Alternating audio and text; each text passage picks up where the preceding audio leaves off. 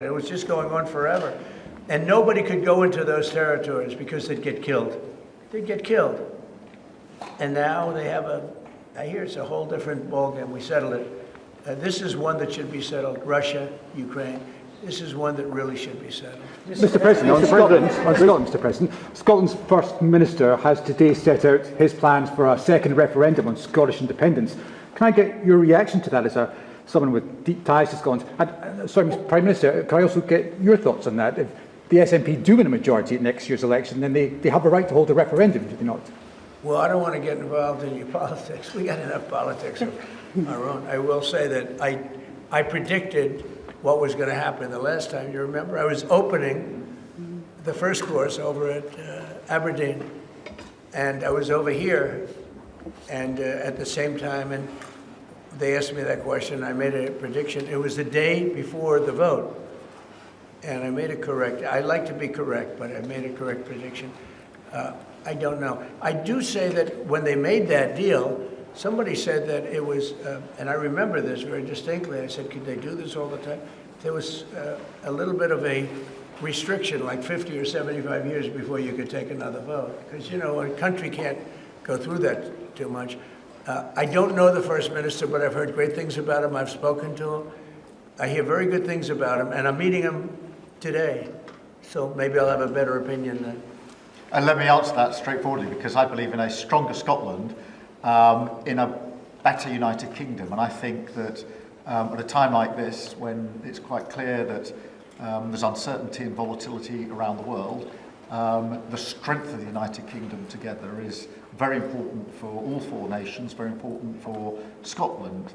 And that should be our priority, that should be our focus, not on the politics, which feels like the politics of yesteryear now, at a time like this. And I think that the First Minister should probably focus more on his delivery in Scotland than on his constitutional issues, and we might have a better health service in Scotland. But at a time like this, I think the United Kingdom is always stronger as four nations. I think that's better for all four nations. I think that's how Scotland is stronger. Look at the deal that we've been able to do with the United States, a really important deal that we made just months ago. That is what the United Kingdom can do when we act as a powerful set of four nations together, and there are very many other examples. Mr. President, you toured the Federal Reserve last week, and they are set to meet this week.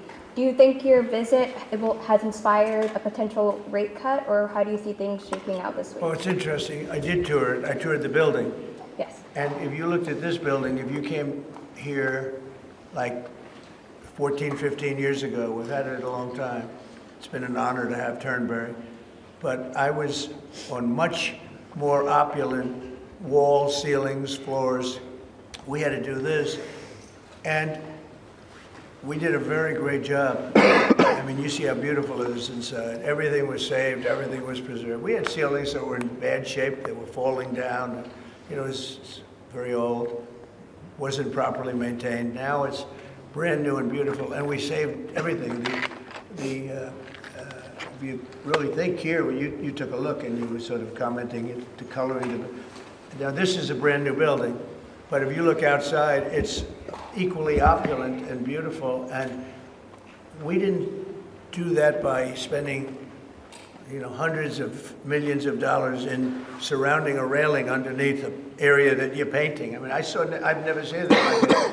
Brand new, beautiful plywood, very expensive, wrapped around a figurine or a railing to preserve it. But you don't have to do that. You can just wrap a cloth, they call it a blanket. And you don't even have to do that if you're careful when you're doing the ceiling. But I don't know what they did. They'd take down a ceiling and put up a new ceiling. And the new ceiling had no opulence to it. Or they'd fix the ceiling. But I would say that all I need is a good plaster and a can of paint. And, they spent $3.9 billion. And I spent a lot of money too, but it's I'd say 3.8 billion less, meaning I spent probably $100 million making this place incredible. And you were saying a lot of that was local trades.